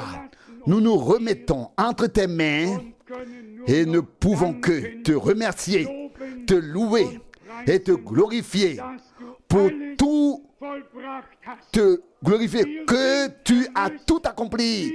Nous sommes sauvés, nous sommes guéris, nous sommes délivrés, nous sommes bénis. Nous te disons merci pour cela, car c'est ainsi que cela est écrit. Que Dieu nous a bénis en Christ de toute bénédiction qui existait dans le monde céleste, qui nous a bénis. Nous sommes les bénis du Seigneur, les sauvés du Seigneur, les guéris du Seigneur, les pardonnés du Seigneur. Oh Dieu, nous te remercions de tout cœur pour cette prédication et pour ce service divin au nom saint de Jésus. Amen. Ein wunderbar